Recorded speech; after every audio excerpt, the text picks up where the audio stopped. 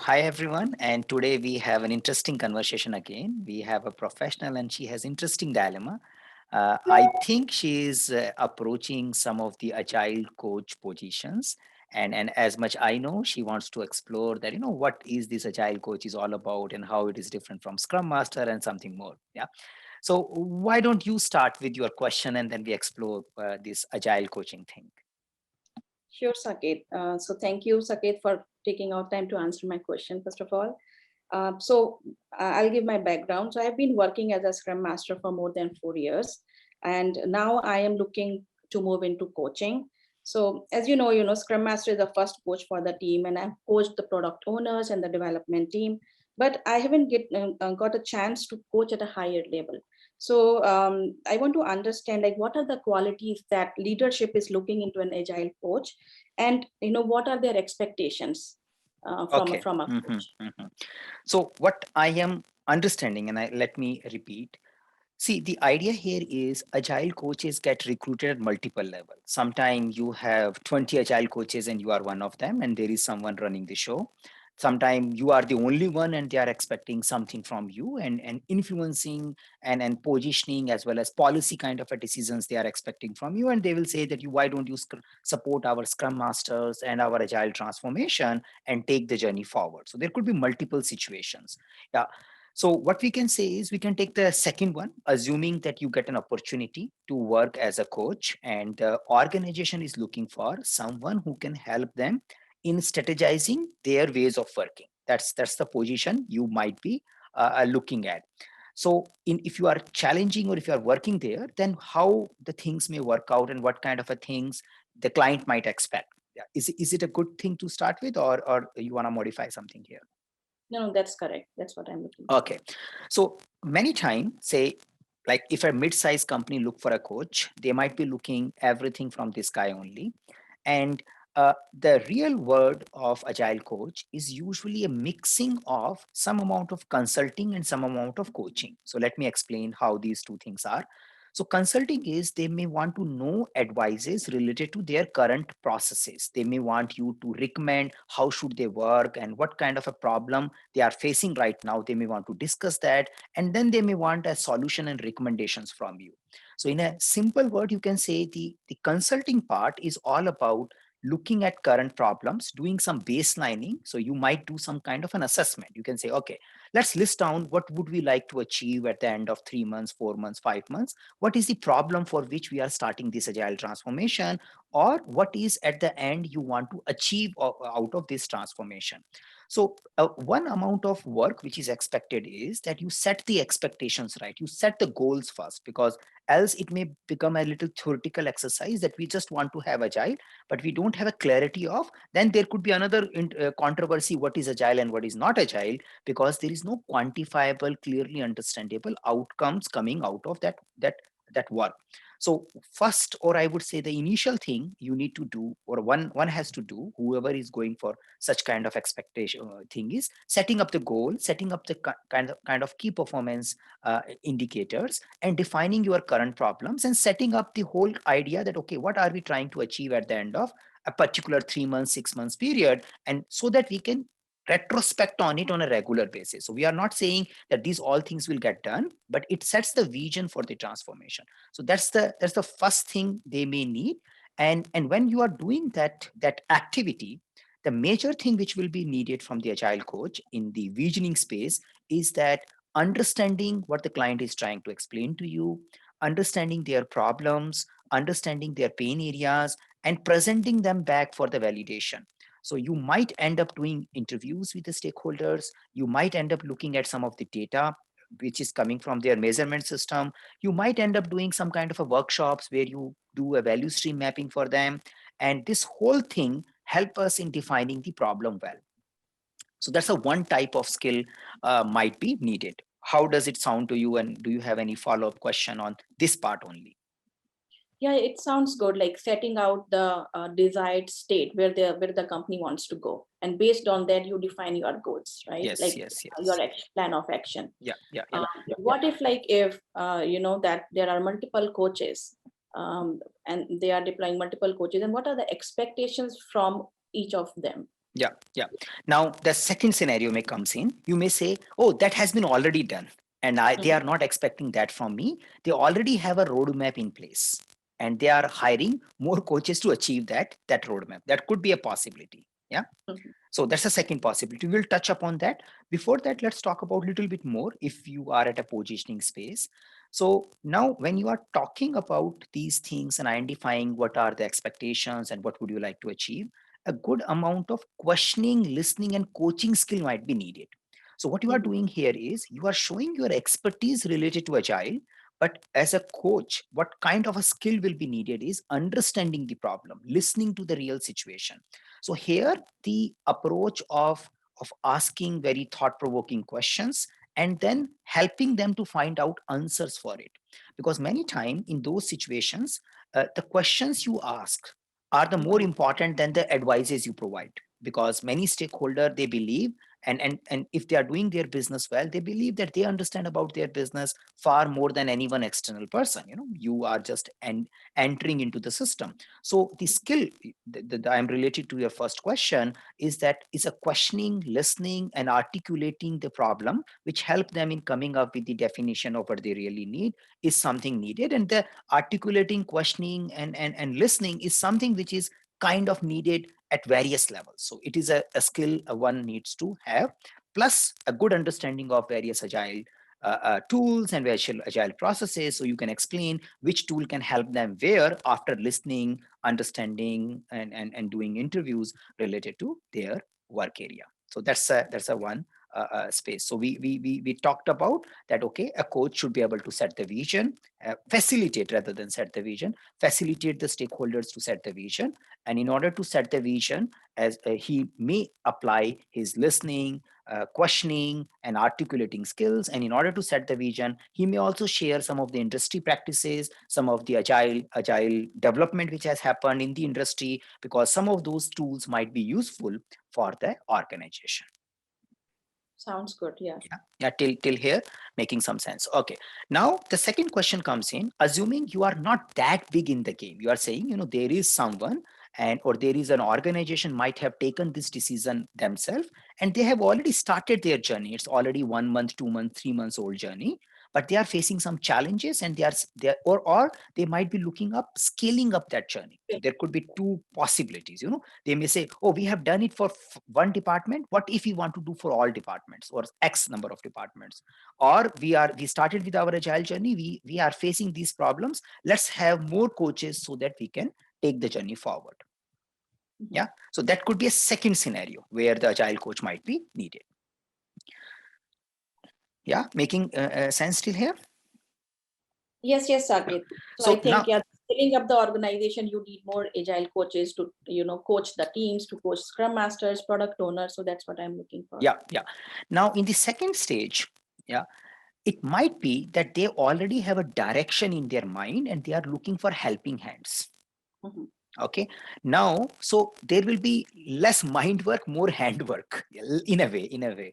So they want someone to just scale up their things. Yeah.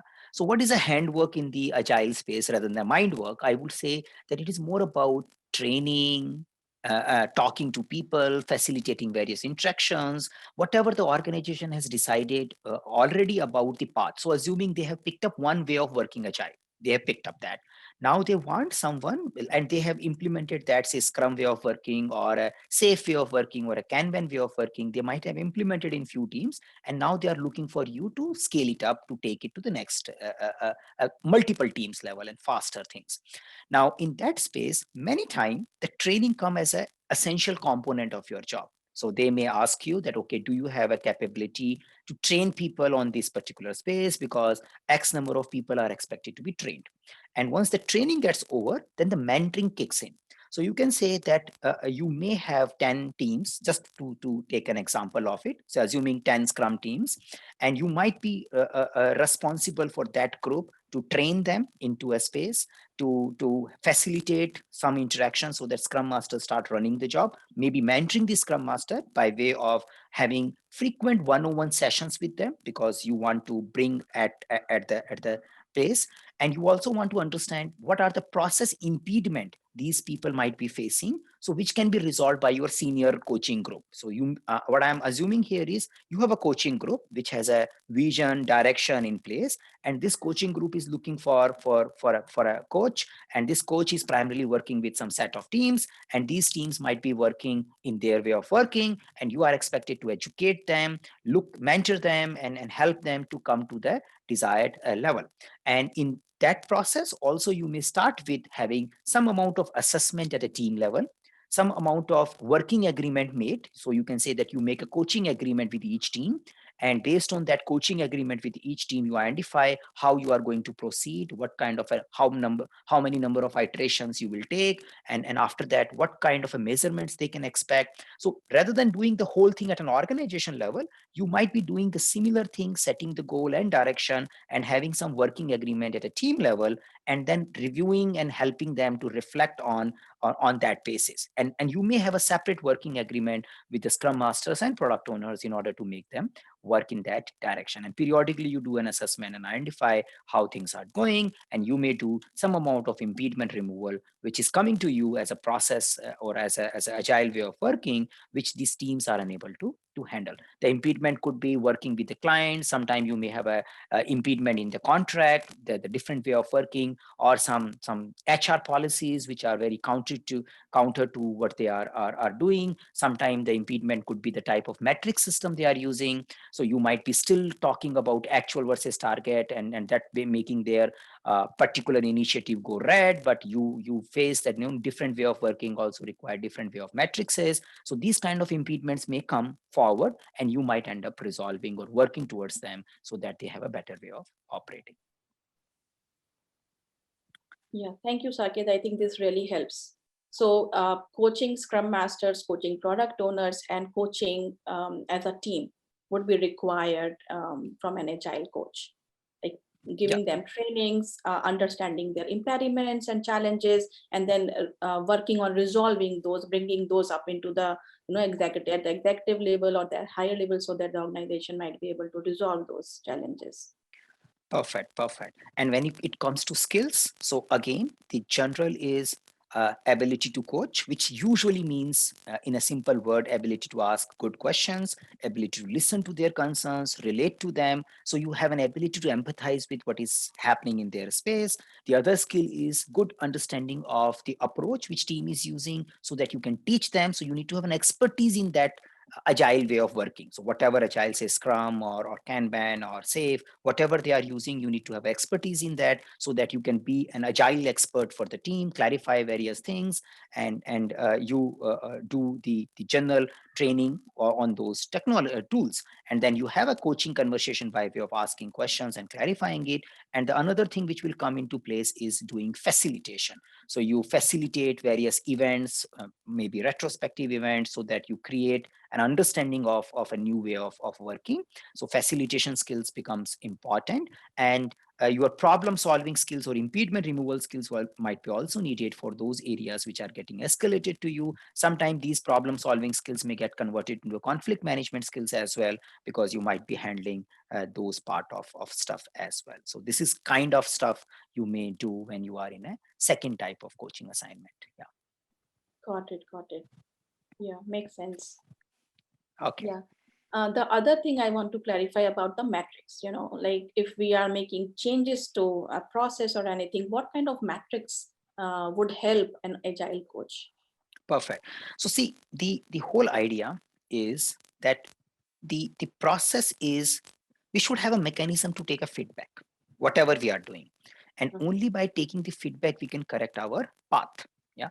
And the sooner we get the feedback, the better it is. That is what we understand about agile. That's what the agility is all about. You do something and you get a fast feedback so that you course correct your path. Now, the metrics should also be used as a feedback tool. So it should not be just used. Many times it gets just perceived, oh, this is something we need to do. Now, what do we do with it? Maybe we don't have a clear idea about it. So the whole idea here is what I want to measure depends upon what is my assumptions, where I am heading to, what I care for, and how do I know that I'm going in a right path or I need to do a correction there. So that kind of a metric says you need to bring it up. Now, sometime when you have a clarity that, for example, the organization has decided some goals for your transformation. So progress towards those goals will be definitely a key matrices which that organization wants to see. The progress is not only dependent on you, but ultimately, collectively, organization is looking for that progress. So something like they want to release the software early and often. That could be a metric, that how many times we are releasing. Sometimes some teams might be facing the difficulty related to frequent escalation from the customers. So that may become their metric. So when you work at the team level and you have some goals defined that what we want to achieve over a period of time, you may make that particular as a metric, and then you may take a feedback on it. Now, many times these metrics becomes difficult to achieve. Yeah. So because they are real one, the problem may last for a little bit long, and there could be something. So many times people start getting into activity-based metrics. So we are saying, okay, let's count how many times Scrum Master has done daily Scrum, how many people are trained on Agile, and how many times are we using user story or not, and all those kind of questions. So I'm without any judgment. In some cases, that might be also needed. So you may have kind of agile assessment. You may say that we are doing an assessment of agile, and you may come up with some agile maturity level based on 2030 key parameters, and then you measure them over a period of time, that okay, these many people are using daily Scrum now, these many people are using agile now, and we can say we have a good process level adaptation. So that could be a one metric which some of the people may pick it. The another metrics possibility, which could be little subjective in nature, is about like team health. What team is feeling about their working. Then you may have a dimensions related to product quality, and you may have a dimension related to product adaptability. So you may say that I may come up with a metrics which is customer oriented, so which might be focusing on how responsive we are towards the customer. We were X responsive, now we have become Y responsive. So in a way, it could be a little bit more quantified, that our lead time was 10 days before, now our lead time has changed to say 5 days now. So that could be a little more specific. So that's customer centric metrics, which is clearly showing that we are more and more focusing on customer. There could be metrics which are focusing on code quality. So you are depending upon what kind of a problem people might be facing. So technical depths they have, and all the quality and time of the number of time they integrate, and ability to deploy soon. So that could be a code and deployment and technical ability matrices. And then you may have some happiness and health matrices also, what kind of a collaboration people are coming up, how they feel about each other, how much support they can take. So those all could be a matrix as part. In general, the overall philosophy of metrics depend upon the organizational view for agile transformation. So we need to see what kind of vision they are working with. They may have a activity oriented vision, which is saying just train everybody on Scrum and we are good. They may have a result customer oriented vision, which is saying we measure something from an end point onwards, not internal thing. We want to do outside in thinking rather than inside out thinking. That also a possible. And some may be more focused on, we have our own existing quality related to insight, like code and team and all those things, and we need to come up with that. So as a coach, first you need to identify that, okay, what are we trying to achieve as a goal, and which all matrices can help us in identifying how we are progressing towards it.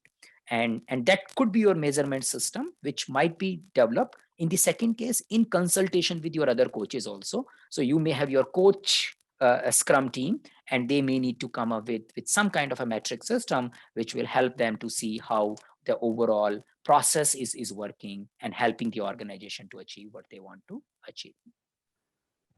Thanks, Saket. I think, yeah, that's very helpful. The other question I have is, the companies are moving towards agile transformation, but still they are not matured enough for the DevOps or integrating faster. So the main purpose of having an agile transformation is to deliver the business value faster, right?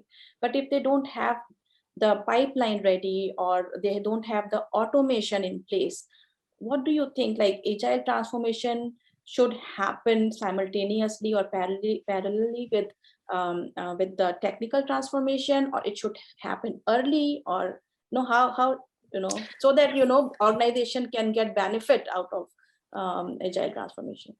I know, and the whole thing is what is that benefit? Yeah. So that's start from the first point and the second point and the third point. More or less, all are related thread. And the whole confusion is what is that benefit? Yeah. And if that the first two steps get defined well, then third steps also get sorted out well. So see, my personal belief is the automation has value in waterfall world as well, in agile world as well. We should be able to integrate fast. We should be able to have automation in our testing, irrespective of whatever process we use. And there could be so-called waterfall companies and having all those technical skills, and there could be a so-called agile company not yet having those technical and ability skills. So we can say that yes, the automation part is important.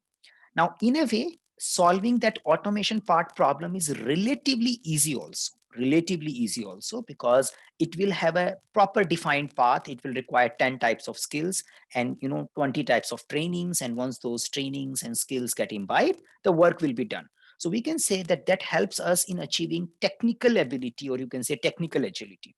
And the idea of technical agility is that I improve code quality, I improve my infrastructure, and I get some consultants who can help me in doing it, or I buy some tools which can help me in doing it, and as well as along with the tools I get some consultants also. And many organization may be doing that only when they see that is the blocker for them. So if they are blocked by their technical capabilities, then that is the issue which they must focus on. Yeah. So that's an important issue to work on. But beyond that, there could be other areas also. There is a good number of work like the issues related to collaboration, the people who are talking to customers, they are not talking to the development team. Development team never thinks of making things in a small packages. They always do big work, and the big work comes after 6 months, and they get a feedback at a later space, even if they are making small package, but there is no touch points during the development space where the end user or the stakeholders can get a feel of what these guys are doing. And there is no transparency in the system, where nobody knows actually what is happening at a given point in time. Nobody has a clear idea where do we stand in this project. Everybody is using some judgmental number, and these numbers are very difficult to validate. So there could be other problems also other than technical capability alone. So the idea here is we need to be clear what benefit organization wants to achieve. You also need to be clear what is your capability in that benefit space. Somebody might be looking for test automation part, and you might not be having skill in that test automation part. That's also a possibility. And that is also your expectation matching thing also, where you are expert, what all you can train, because they need training. So sometimes you might be able to train in scrum, but you may not be able to train on technical practices. So you need to be clear what is your boundary, what kind of a skills might be needed, and just working with the team as well as stakeholders in a transparent way to get these things done. It all depends what we see as a bigger problem. Many of us, we come from technical background. We believe the technical problem is the biggest problem. Yeah. But it might not be true. I read somewhere that hardly you find any project failed because we were unable to fix technically. But you may find a lot of project fails, even technology was great, but we made the wrong product. Yeah. So, but I think the decent amount of technical ability and decent and right prioritization can make the success. But again, depends upon where the stuckness is. Yeah. Thanks, Saket. Yeah, this really helps. Yeah, that's it from my end. I think, Good. yeah, Yeah. that's good information from you today. Yeah, great. So see, again, I would say many times this agile coaching space is a political space also. So just don't go by the label alone. Whenever you are going for an interview, you don't know actually what they actually mean by agile coach. Yeah. So, Mhm. company A definition of agile coach may be very different than company B definition of agile coach. So we need to judge that first in the interview. Yeah. Before even give any answer. And the whole idea, my advice in interview is that you reiterate the question. Yeah, Mm, you reiterate your assumptions, like the way mm, you ask the question what agile coach should do. So before mm, answering your question, I made an assumption. I said, this could be a situation you are getting hired at this level, this could be a situation. So that these kind of a things are needed, because when you do that, the person says, no, this is not our case, we are not there, we are here. But if you don't share that, you may end up answering based on that assumption. So whenever someone is asking a question, especially in the agile coaching space, you are making some assumptions. But if you don't share those assumptions, you give an answer and the person thinks, oh, this answer is not right.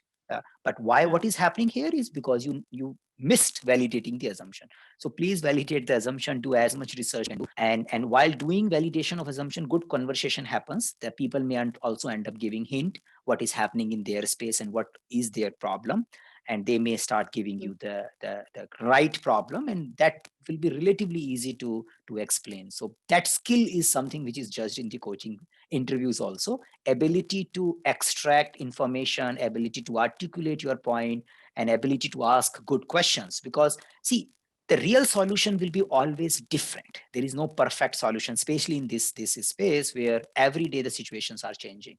So they are just looking for those skills in you. Yeah. I think this is such a wide, broad space. That's why like I'm a little confused, because every company like is different, right? They have their own challenges, they have their own expectations from the people, and they have the people at the different levels. The mindset is different, the background experience, and then business problems, business issues. So that's why I was looking for some expert level advice, so that in interview, it's a good point. Like in interview, I should very well understand that what kind of an agile coach they are looking for.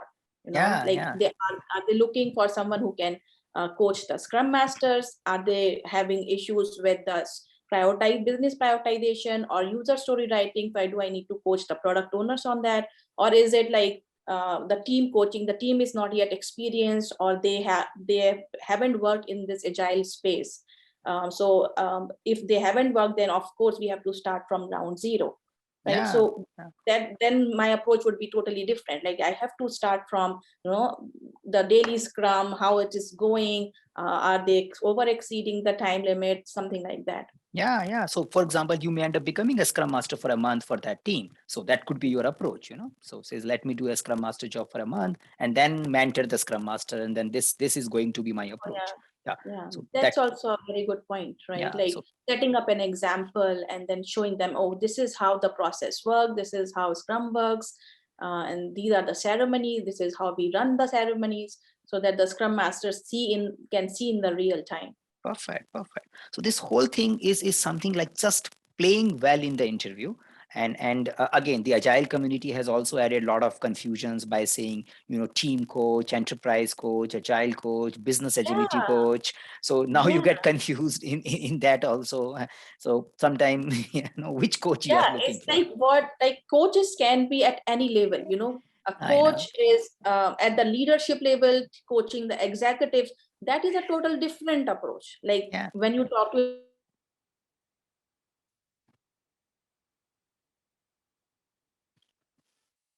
questions. So there was a little glitch. Can you repeat what you said? Leadership coaching. I'm saying that an agile coach coaching the executive will take a different approach. The executive would have their own set of questions. They have their own set of challenges, like they are facing, that company is facing. So an agile coach would have a different approach, rather than a coach who is coaching the teams would have to take a different approach. So I think in an interview, it's very good to clarify what are the expectations from them, rather than just assuming or Perfect. And I wanted to have this conversation at the end because, see, even if I have answered the things, but I kept as open I could, but sometimes it may look very specific, but we need to be very generic to start with. And once we discover more information inside the interview, then you can become as specific, bring your own examples, and then probably can handle these situations. Sounds good. Good. Nice talking to you. Thank you. Nice talking to you, and thank you for your help today.